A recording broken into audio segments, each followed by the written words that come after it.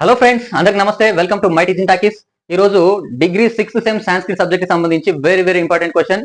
Compulsory part ఏలో ఒక question, part below ఒక క్వశ్చన్ వచ్చేటువంటి నచికేతోపాఖ్యానం అనే లెసన్ కి సంబంధించిన లాంగ్ ఆన్సర్ అండ్ పార్ట్ ఏలో అయితే ఒక సందర్భం వస్తుంది. సో ఆ లాంగ్ ఆన్సర్ ని అవలీలగా నేర్చుకోవాలనుకుంటే క్లాస్ ని డైరెక్ట్ గా వినేయండి. మీరు డైరెక్ట్ బిఫోర్ ద ఎగ్జామినేషన్ ఇట్లా చూసుకొని రాసేయచ్చు ఫ్రెండ్స్. సో చూడండి ఒకసారి, నచికేతోపాఖ్యానం అనేది ఏదైతే ఉందో లెసన్, మనకి ఈ లెసన్ అనేది కఠోపనిషత్ నుంచి తీసుకున్నటువంటి లెసన్. ఇది కఠోపనిషత్.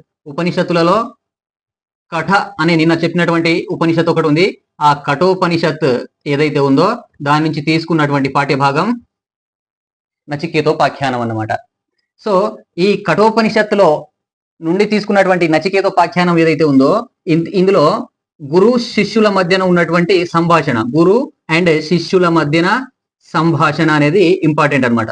గురు శిష్యుల సంభాషణ అనేది ఉంటుంది ఇందులో.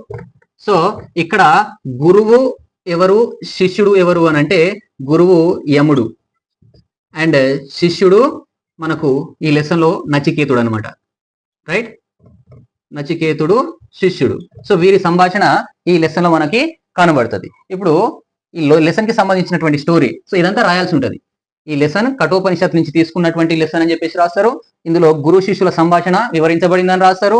ఈ లెసన్ లో అంటే ఇక్కడ గురువు యముడు అని రాస్తారు, నచికేతుడు శిష్యుడు అవుతాడని రాస్తారు. ఆ తర్వాత ఈ నచికేతుడు ఎవరైతే ఉన్నాడో వాళ్ళ తండ్రి పేరు వాజస్రవసుడు. వాజస్రవసుడు అనే అతను విశ్వజిత్ అనే ఒక యాగం చేస్తుంటాడు. విశ్వజిత్ యాగం పేరు ఇది. స్వర్గ ప్రాప్తి కోసం చేసేటువంటి యాగం ఇది. సో ఈ వాజస్రవసు చేస్తున్నటువంటి విశ్వజిత్ యాగం ఏదైతే ఉందో ఆ యాగానికి అటెండ్ అయినటువంటి ఋత్వికులు ఎవరైతే ఉన్నారో, ఋత్వికులు అంటే విప్రులు అండ్ దాన్ని అంటే యాగ నిర్వాహకులు అనమాట. ఆ ఋత్వికులందరికీ ఆయన దాన ధర్మాలు చేస్తుంటాడు అనమాట. సో విశ్వజిత్ అనే యాగానికి ముఖ్యమైనటువంటి దానం ఏంటంటే సర్వం దానం చేయాలి, ఉన్నవన్నీ దానం చేయాల్సి ఉంటుంది అనమాట.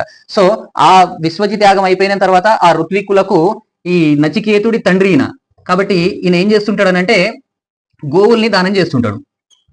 గోవులు ఏవైతే ఉన్నాయో వాటిని దానం చేస్తుంటాడు అనమాట. సో ఆ పక్కనే కూర్చొని ఉన్నటువంటి నచికేతుడు చిన్న పిల్లవాడు అతను. సో అవన్నీ అబ్జర్వ్ చేస్తూ ఉంటాడు. వాళ్ళ తండ్రి చేస్తున్నటువంటి గోవుల్ని, ఎటువంటి గోవులు ఉన్నాయి, ఎలా దానం చేస్తున్నాయని అబ్జర్వ్ చేస్తుంటాడు అనమాట. సో తన తండ్రి ఇంత పెద్ద యాగం చేసి స్వర్గప్రాప్తిని కోరుకున్నటువంటి వాడైతే మంచి గోవులు చేసి దానం చేస్తే అవి వాళ్ళ ఎదుటిగా పొందినటువంటి వాళ్లకు ప్రాఫిట్ అయితే మాత్రమే అది సఫలమైనట్టు. కానీ ఈయన చేస్తున్నటువంటి గోవులు ఏవైతే దానం చేస్తున్నటువంటి గోవులు ఏవైతే ఉన్నాయో అవి వృద్ధ గోవులు, ముసలిడ్లు అనమాట. సో అండ్ అవి కనీసం నీరు తాగలేనటువంటివి, నీరు త్రాగే స్థితి కూడా లేదనమాట, త్రాగనటువంటివి అండ్ పాలు ఇవ్వనటువంటివి అనమాట. పాలు కూడా ఇవ్వనటువంటివి మరియు గడ్డి కూడా మేయలేని స్థితిలో ఉన్నటువంటివి, గడ్డి కూడా మేయలేకపోతున్నటువంటివి, మేయనివి అనమాట. సో ఇటువంటి గోవుల్ని ఆ ఋత్వికులు పొందితే వాళ్లకు లాభం ఏముండదు. ఎందుకంటే తీసుకున్న దాని నుంచి కనీసం పాలన్నా లేకపోతే వాళ్ళకు ఏదైనా ప్రాఫిట్ ఉంటే తీసుకున్న దానికి సఫలం అవుతుంది. కానీ ఇటువంటి వాటిని తీసుకొని వాళ్ళు ఏం చేస్తారని చెప్పేసి ఈ నచికేతుడు పక్క నుంచి అబ్జర్వ్ చేస్తూ మధ్యలో ఆ గోవుల్ని దానం చేస్తున్నటువంటి వాళ్ళ తండ్రిని, నాన్న నాకు ఏ ఋత్వికు దానం చేస్తావు, నన్ను ఎవరికి ఇస్తావు అని చెప్పేసి అడుగుతుంటాడు అనమాట. సో తండ్రి పనిలో ఉండి ఒక 2-3 సార్లు పట్టించుకోడు, ఒక 2 times పట్టించుకోడు. తర్వాత 3వసారి మధ్యలో వచ్చి నాన్న నన్ను ఎవరికి ఇస్తావు, నాన్న నన్ను ఎవరికి ఇస్తావు అని చెప్పేసి ఊరికి అడిగేసరికి కోపం వస్తుంది ఆయనకి. తండ్రికి కోపం వచ్చి ఆ నచికేతుడితో ఏం చెప్తాడనంటే, నీకు సూర్యపుత్రుడైనటువంటి యముడికి, మృత్యు దేవత యముడికి నీకు దానం చేస్తా అని చెప్పేసి చెప్తాడనమాట. అట్లా అనగానే నచికేతుడు ఏం చేస్తాడనంటే, ఒకవేళ నిజంగా తన తండ్రి సత్యవాక్కును పలికినటువంటి వాడై ఆ వాక్యాన్ని సఫలం చేయకపోతే అసత్య దోషం చుట్టుకుంటుంది వాళ్ళ తండ్రికి అని చెప్పేసి భావించి నచికేతుడు ఏం చేస్తాడు, యముడి దగ్గరికి వెళ్తాడనమాట. సో యముడి దగ్గరికి వెళ్తే అక్కడ యముడు ఈయన వెళ్లే సమయానికి ఉండడు. 3 రోజుల వరకు యముడు అక్కడికి రాడు. సో తన కోసం అని చెప్పేసి, అంటే యముడి కోసం అని చెప్పి ఆ నచికేతుడు అనే చిన్న పిల్లవాడు అతను 3 రోజులు 3 రాత్రులు 3 దినాలు ఈ 3 రోజులు ఏ మాత్రం ఆహారం కనీసం పానీయం కూడా తీసుకోకుండా ఇతని కోసం వెయిట్ చేస్తాడనమాట. సో ఆ తర్వాత యముడు అక్కడికి వచ్చిన తర్వాత ఒక బ్రాహ్మణ వంశానికి చెందినటువంటి చిన్న పిల్లవాడు తన కోసం 3 రోజులు ఏ మాత్రం ఆహార పానీయాలు స్వీకరించకుండా వెయిట్ చేశాడు అని అంటే, అతన్ని ఏదన్నా 3 రోజులు వెయిట్ చేశాడు కాబట్టి 3 కోరికలు కోరుకోమని చెప్పేసి అతన్ని వరం ఇస్తాడనమాట. సో అప్పుడు నచికేతుడు ఏం చేస్తాడనంటే, మొదటి వరంగా తన తండ్రిని తను బాధ పెట్టి అంటే ఇబ్బంది కలిగజేసి యముని దగ్గరికి వచ్చాడు. కాబట్టి మళ్ళా నన్ను మీరు వెనక్కి పంపినప్పుడు గతంలో నా తండ్రి నా పైన ఎటువంటి ప్రేమాభిమానాలు చూపించాడో అవే ప్రేమాభిమానాలు నా పైన చూపిస్తూ నన్ను ప్రేమగా రిసీవ్ చేసుకునేటట్టుగా మొదటి వరాన్ని ఇవ్వు అని చెప్పేసి చెప్తాడనమాట. సో మొదటి వరం అనేది తన తండ్రి తనని ఇంతకు పూర్వం లాగా రిసీవ్ చేసుకోవడం, ఇంతకు పూర్వం లాగా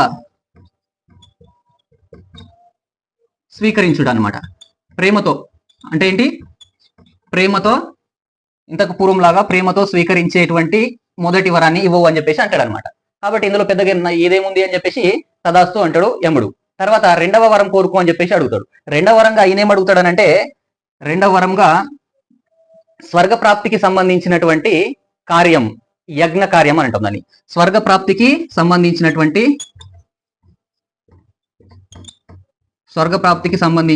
యజ్ఞ కార్యం, ఈ యజ్ఞ కార్యాన్ని ఎలా నిర్వహిస్తారు ఏందని చెప్పేసి అడుగుతారనమాట. అదే దాన్ని అగ్ని విద్య అని కూడా అంటారు అన్నట్టు. సో ఈ అగ్ని విద్యకు సంబంధించినటువంటి తెలివిని విద్యని నాకు ప్రసాదించు అని చెప్పేసి యముణ్ణి అడుగుతాడనమాట నచికేతుడు. అప్పుడు తదాస్తు అని చెప్పేసి ఆ అగ్ని విద్య అనేది కూడా నీ పేరుతోటే జనమందరి చేత పిలువబడుతుంది అని చెప్పేసి అంటాడు. కాబట్టి ఆ తర్వాత ఆ అగ్ని విద్యనే నచికేత అగ్ని అని అంటారు అనమాట. ఆ తర్వాత మూడవ వరం కోరుకో అని చెప్పేసి అంటాడు అనమాట. ఇక మూడవ వరంగా నాకు చాలా మంది దగ్గర నేను విన్నా, మరణం తర్వాత జీవితం ఎలా ఉంటుంది, మరణం తర్వాత ఆత్మ అనేది ఉంది అని కొందరు అన్నారు, ఆత్మ లేదని కొందరు అన్నారు. కాబట్టి ఆత్మకు సంబంధించినటువంటి వరము నాకు మూడవ వరంగా ఇవ్వు అని చెప్పేసి అడుగుతాడు అనమాట. మూడవ వరం ఏంటి? ఆత్మకు సంబంధించినటువంటి జ్ఞానం, ఆత్మ జ్ఞానాన్ని నాకు ప్రసాదించు అని చెప్పేసి మూడవ వరాన్ని అడుగుతాడు.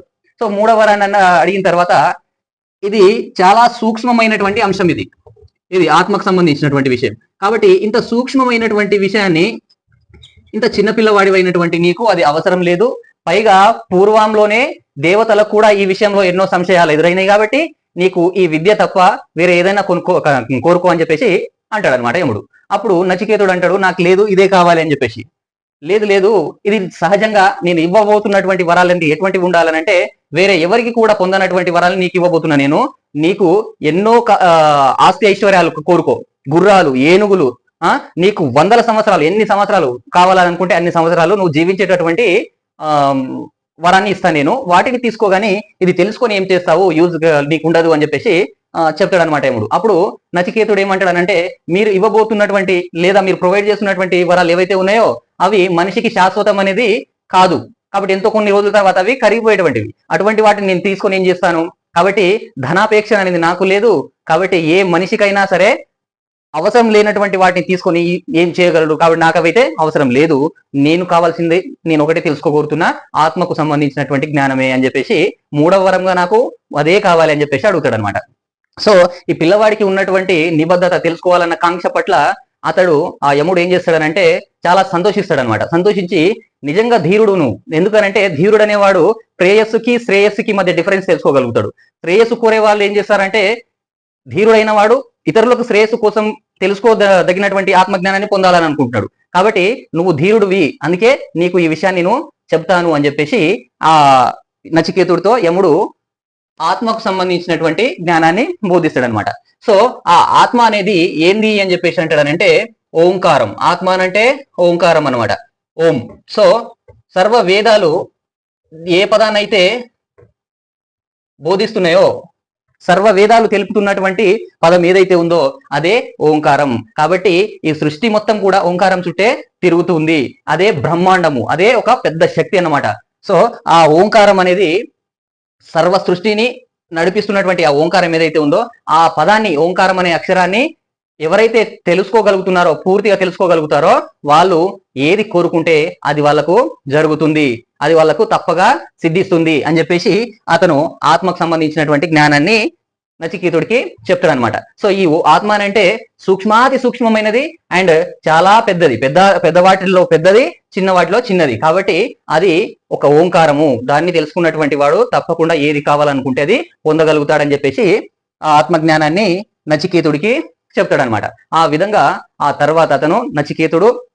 బ్రహ్మస్వరూపాన్ని అంటే బ్రహ్మత్వాన్ని, ఈ పదం అంటేనే బ్రహ్మాండము, బ్రహ్మము. కాబట్టి ఆ పదాన్ని అతను పొందినవాడై తిరిగి తన తండ్రి దగ్గరికి వెళ్తాడు, ప్రేమతో అతను స్వీకరించడం, ఈ వరాలన్నీ ఇట్లా పొందడం జరుగుతుంది అనమాట. ఇది మనకి లాంగ్ ఆన్సర్ రూపంలో నచికేతోపాఖ్యానానికి సంబంధించినటువంటి క్వశ్చన్. పార్ట్ ఏలో ఒక సందర్భం వస్తుంది, పార్ట్ బిలో ఒక లాంగ్ ఆన్సర్ వస్తుంది. ఓవరాల్ గా 20 మార్క్స్ సంబంధించినటువంటి క్వశ్చన్ ఇది. మహాత్మా గాంధీ యూనివర్సిటీ పరిధిలో అయితే పార్ట్ ఏలో 8 మార్క్స్, పార్ట్ బిలో 16 మార్క్స్, 24 మార్కులకు సంబంధించినటువంటి క్లాస్ ఇది. ఓకే ఫ్రెండ్స్, సో ఈ క్లాస్ కనుక నచ్చినట్లయితే మర్చిపోవద్దు, లైక్ చేయండి, షేర్ చేయండి. యాజ్ యూజువల్ గా నా ఛానల్ ని ముందుగా సబ్స్క్రైబ్ చేయడం మాత్రం మర్చిపోవద్దు. Thank you very much.